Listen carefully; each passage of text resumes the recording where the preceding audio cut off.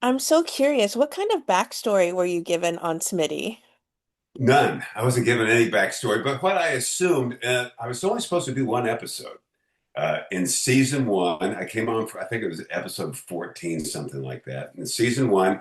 And my scene was with Nolan, and I assumed that he was telling me what to do as a rookie, and I was not having any of it. And so I was this like seasoned vet that I didn't really care to be told by a rookie what to do. So I assumed that I was just like the older kind of jerk guy that had it and grumpy, that kind of thing. And that's how I played it. It wasn't until season two when they had me back that I had all the comedy stuff. And I go, oh, that's way more fun. And so the writers, and so I never got really a backstory. So it's kind of like over the years I've developed one. Just when you think you develop a backstory, you find out things that you didn't know about yourself. So it's different than like in a movie where it's like that's one, but over the sea, like I had no idea that I had a back tattoo. I wasn't even in that episode, but, stuff like that. So it's been fun, a learning thing. But I've had a lot of people they have come up to me and suggested what my backstory should be. I'd You love know, to hear what you crafted for yourself because he does seem sort of inept, but then when he is actually on the scene working, he's a good police officer. yeah, he's just a little lazy. It's like he's like the rookies come in and they're all excited. And I go, just calm it down, kind of a thing, and let's take care of it. But yeah, I think he's a good cop. He's just a little lazy and been through a lot. We left him doing I guess sort of landlording for becoming a landlord. Oh yeah, for Niles, Yes, for yes. Miles at the end. I'd love to. I mean, I feel like they're. I mean, do we pick up learning about what what their home life is like at all, or maybe explore that this season? Well, last season, if you remember, I didn't. Well, here's another way. I didn't know this backstory. I had told Nolan he was going through some marital problems, and I gave him a little bit of advice, and that I had been married 3 times in the last 10 years. I never knew I was married, so I evidently that's why I'm living in the trailer in the back of the police station. We call it Shangri-La Westgate. And when they built that set, the production designers are great. They built this set, and I go there with some of the other, and I'm like, I would live here. This looks really good to me. RV looks like. I mean, didn't look like it was bad. No, there was barbecues out there. I'm living with all my guys. We're watching sports. I mean, what could be better? And a great view of downtown. I thought this is pretty good. Um, but yeah, Miles, I let him park his car there where he can sleep in it. I know, but I'm curious. How is home life for the two of them post work? I mean, do you have any thoughts on if they interact or did they discuss? Will we see any of that sort of here in the next No, season? I think he puts up with me. Well, Miles has a good heart, so we get along really well. And when I'm off work, I'm off work. Because one time, like Nolan, they tried to wake me up at 4 in the morning, and I wasn't having any of it. But I go home as immediately I crack open a beer, I start maybe barbecuing out there, having fun, and it's my downtime. And I go, so when people like Miles, if they don't understand that, what's wrong with them? I've got it all. I've got it all figured out. It's so fun watching all of the scenes. Do you have a favorite Smitty moment? I like the one where he's going against Nolan as sort of, like the representative for the union. Those are some of my favorite ones. He has so many great, comedic moments. Is there a favorite Smitty moment you've had for over the Well, we years? have the moment that you're talking about where I'm running for, I've been union rep I think it was since 2005. And so I get a script and I'm running against Nolan, AKA Nathan Fillion, the star of the show. And I'm like, I wonder who's going to Gonna win win this. this one. Yeah, me or Nolan? And so that scene where it's like I try to bribe the other cops with giving him water with my picture on it. And then Nolan busts me. This water's been opened, and I said, "Yeah, I just refilled it in my bathroom sink. Water's water." That was a fun scene to do. Okay, I also like the raccoon. That one was pretty good. Raccoon. I actually worked with three. There's three separate raccoons playing one raccoon, and so they got those creepy little hands. So I'm like, oh, are we okay? Yeah. But the raccoons were great. Um, Eating donuts was great. So yeah, that was a fun scene. Yeah. I give the writers all the credit in the world. They give me some fun stuff to do. Sometimes I'll just read the script and I'll call my wife. I go, man, you never guess what Smitty's doing this way this time. And she goes, well, something stupid. I go, yeah, you're There right. you go. Well, Yeah, yeah. yeah. So yeah. Do you know why Smitty stays at the at the station? He loves it. He loves the camaraderie. He thinks everybody loves him there. He's sort of there's a disconnect, I believe, and he enjoys going there and hanging out with the guys. And he thinks, he.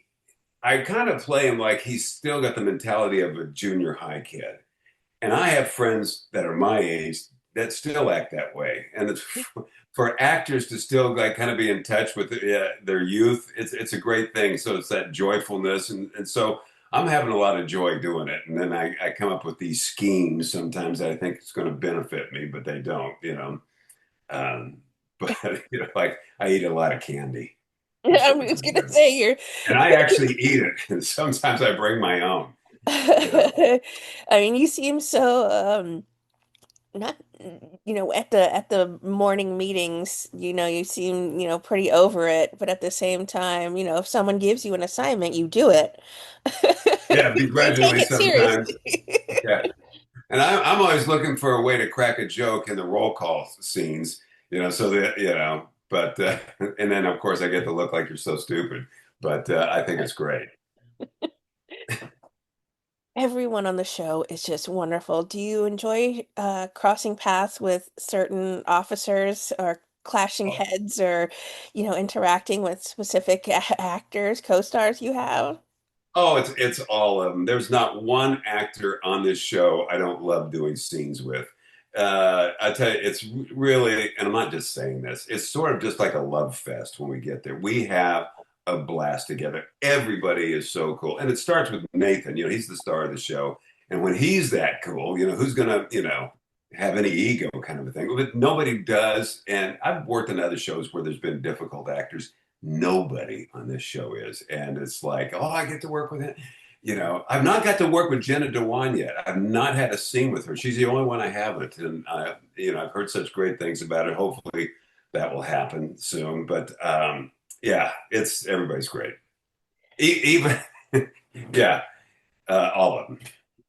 I mean, Richard is just, I feel like if you flap Richard, because he's so like serious on the show, if you flap him in real life, then maybe. He's laughing constantly. He's off the set. He's laughing constantly. We laugh, and we're all sort of in a holding area together. And then they go, "Okay, Smitty and Chen are up." 'Cause it's one of those kind of things. And we're all sort of talking, telling stories around this room. We go in and do our thing. But Richard's hilarious. He laughs all the time. He keeps everybody loose. Bradford, who Bradford and I butt heads well, the film's rolling, but afterwards he's awesome. Yeah, it's just a fun show to work on. The TikToks are some of my favorite moments too. You guys are all dressed in uniform, but you're dancing, you're doing the skits. I think you guys have such, good sports for for taking I part think in they it do. all. A lot of times, rather than talk about the scene, we'll talk about what TikToks we're going to do while we're on the set, and it's hilarious. And so Miles always comes up to me, Derek, and says, "Well, Smitty, let's do a dance video." I'm like, "Oh, you sure?" It's like, "Yeah." And so we were doing this big scene. There was a lot of extras, and there was one extra over in the corner, and he was doing all these unbelievable dance moves. I go, look at that guy. I said, he's got to be a professional dancer. So we went up to him. He goes, oh, yeah, I am. I said, oh, teach me a couple of moves. So we had this thing, I don't know if you saw it, where we kind of break this guy out of jail and we're dancing. Um, and then I had this whole dance thing. And rather than just do my own dance, it was choreographed where I was trying to copy what the guy in front of me did. And I had knee surgery that not that long ago. So my knee gave out during the thing. And so some of the comments I got on TikTok is like, with me dancing, they go, I never knew Smitty was deaf until I saw this video. Yeah, and then you can see Smitty trying to keep the beat in his head, that kind of a thing. I love them. There's you have so many GIFs of you doing all kinds of stuff. There's you twirling in the chair. Oh And, yeah. and, Yeah. and Well, there's Derek showed me a video and they showed me this guy twirling. I go, hey, I'll do that. And so it's like I didn't come up. I'm sort of matching what that guy did, but that was funny. you and the It's prisoner in the jumpsuit just dancing along. You have yeah, you have the, also there's one of you, not TikToky, but there's one where you've got the Mr. Irreplaceable pageant.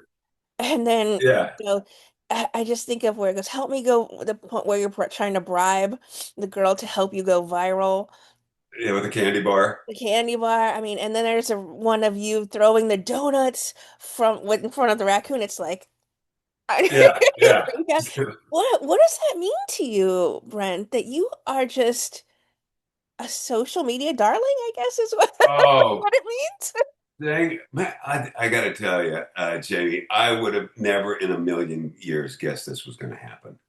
In a million, because I've been doing this acting thing all my life, all my adult life. I was a theater major in college. I came out here to do this. So you can imagine the ups and downs that I've gone through. But I wouldn't think that doing one episode on this show, number one, a show that's lasted 8 seasons is still going strong. Just the fact that I'm in that is a blessing. And then I just never saw this coming, and I'm loving it. I'm absolutely loving it. The show is so beloved. We're here, season 8. People are desperate for another season already as well. It hasn't even aired yet, and people just love the I rookie. know. What does that mean to you as well? I get like I said, I was just in the airport going back east and getting there. I had 3 stops each way because I'm going to Fairfield, Connecticut was my final destination. Hartford, Connecticut was where I landed. And so I see a lot of people in the airport and they all come up to me like, oh my God, it's my favorite show. I get it all the time. And Smitty is such kind of a funny name that I'll hear people and yell out Smitty a lot of times. And then they'll come and they will tell me just how much they love the show and that's sort of their comfort show, and it just means a lot to me. And I get to meet a lot of the fans of the show. It's like I said, it's a blessing I never saw coming, but I'm very thankful for it. Hey, we're here for a new season. How do you guys celebrate? Do you have a tradition? To celebrate the season Yes. opening or what? Uh, well, not that I'm invited to. maybe, Okay, well then, how do maybe you they plan to are. I celebrate? don't know. But it's finishing. We got 2 more episodes to do. Is actual film for season 8. So believe it or not, we're almost finished with season 8 before it even starts. We'll be finished like mid-February of season 8. So yeah, I'm fingers crossed it goes 9. Season cross. I've heard Nathan says we want to law and order this, Yeah, meaning I would immediately. too. Yeah, There's been a rookie spinoff already, and there could be there'll be another more. one. There's going to be another one. I got to do 4 episodes of the Rookie Feds, a spinoff, and that was fun too. And so a lot of the same crew would go over there, and it's like yeah. So hopefully this new spinoff called the Rookie North will be a hit. What are the other projects you've been busy working on? Well, I tell you what, I'm always got something. I direct as well. So I direct Yes. movies, I direct documentaries. So I just did a documentary about Harvard University, which was interesting. They had a professor there in the Harvard Kennedy School, which is their school of politics, and he was voted professor of the year a few years ago. And then Harvard fired him without cause, and they wouldn't tell him why they fired him. And all the students were in an uproar. So I went to Harvard and I'm sneaking in all these Harvard classes. They probably look, oh, that's Smitty in a Harvard class. That doesn't make sense. Uh, and we finished the movie, and it's on the film festival run right now. It's called Creating Giants. And so that's been good. And I've written my first book, and I'm just finishing it up now. And it's called My Playbook for Life.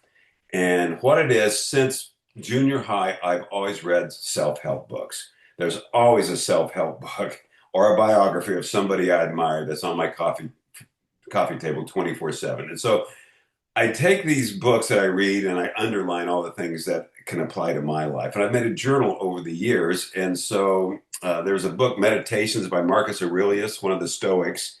And he wrote this book as sort of for himself. So I wrote this book for myself as sort of a guide or a playbook to go through. And I thought, well, other people might get something out of this. There's been some self-help books, I only get one or two things, but it's affected my life for the better. So I've written that, and hopefully some people get some good out of it. And I think they will. I know I've got a lot of good out of what I've read. Is that the Professor Francesca Gino? No, his name is Steve Jardine, Jarding. You want to check it out? Yeah, it'll probably come right up. The Yeah, I was just curious. And what is it that I mean, when do you have any idea about when you'll be releasing it?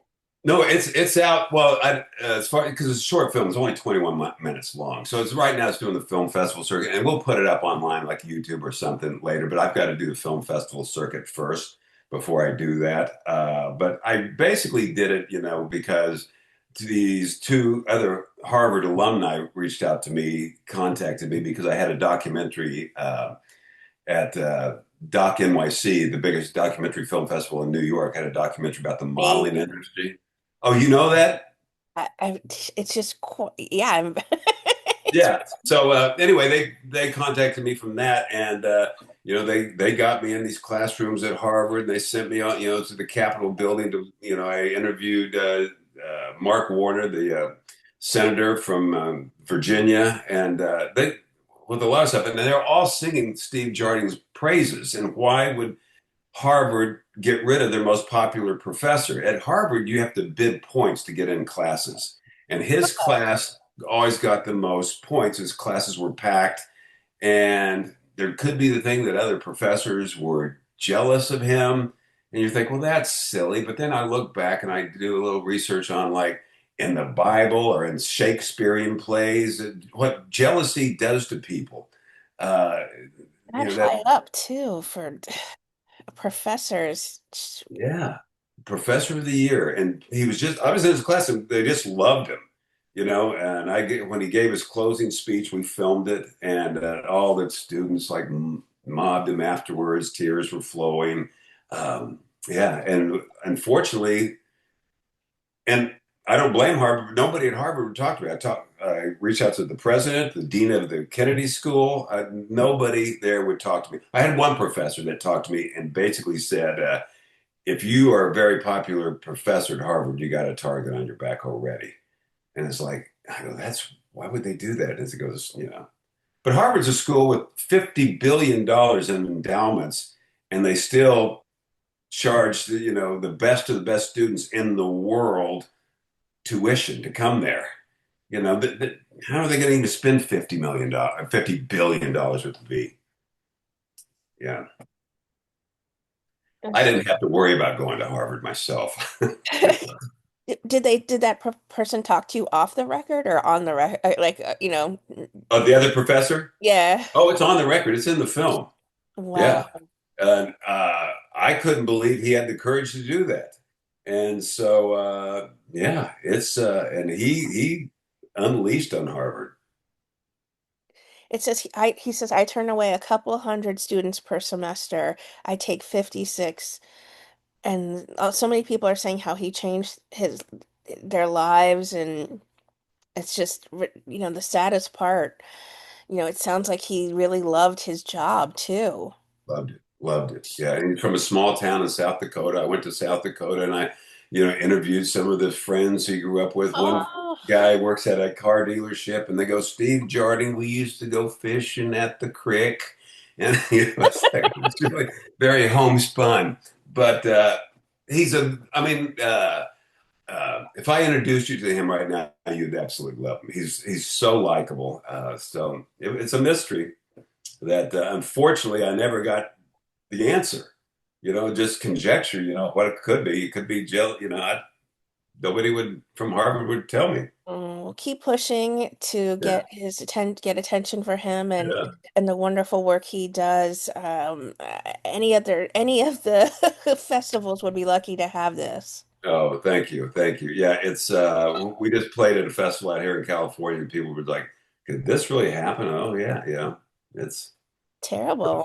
the Yeah. people get fired without cause for a lot, and it's it's always I think the other professor said that you always feel like you're in the crossfire of getting fired all the time. Mm. That's no way to go through life.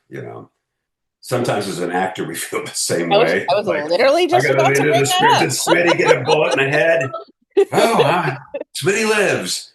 Yeah, up. I was just about to say the exact same thing. yeah, Like one moment, yeah, fine. Anything can happen. I mean, for a second we thought that Chen was gonna get, she got stabbed with the needle. We could have been yeah. on a whole different series. Oh, yeah, yeah, yeah, yeah. It's tough. The Rookie means so much to people. This is such a bingeable show. It's such a special show with the camaraderie that all of you have on screen that clearly heads off screen as well. What would you like to say to people who are fans of The Rookie, who, as I said, are already so excited for this season and many more to come?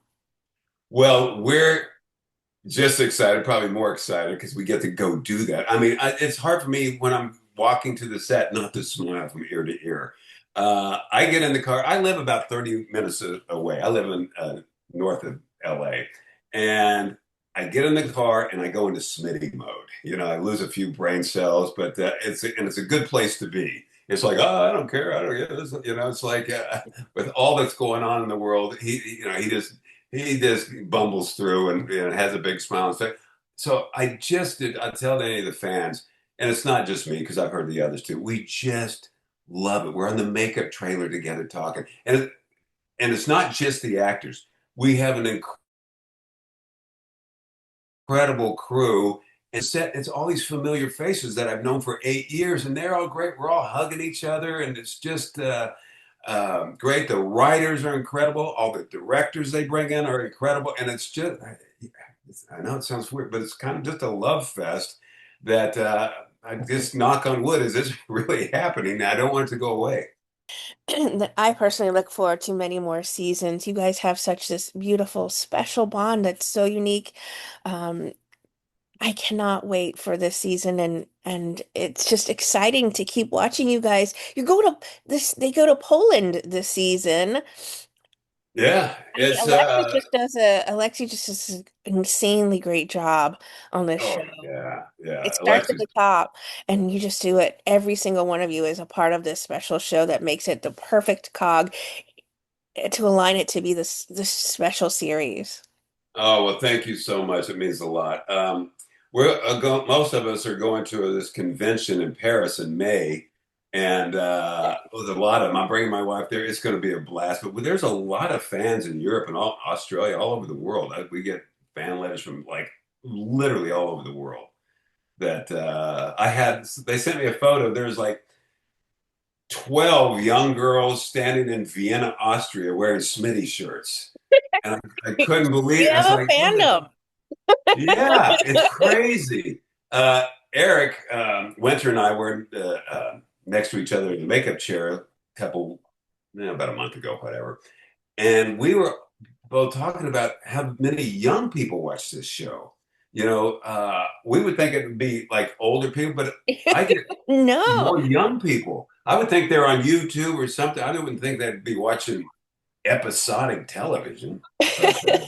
Everyone, it's just there's not a bad word said about The Rookie, and I just hope that this continues to be a special series, on and on. So thank you so much for chatting with me. Oh, thank you for reaching out to me. It's been a real pleasure talking to you, speaking with you. That's better English, right? Talking to you.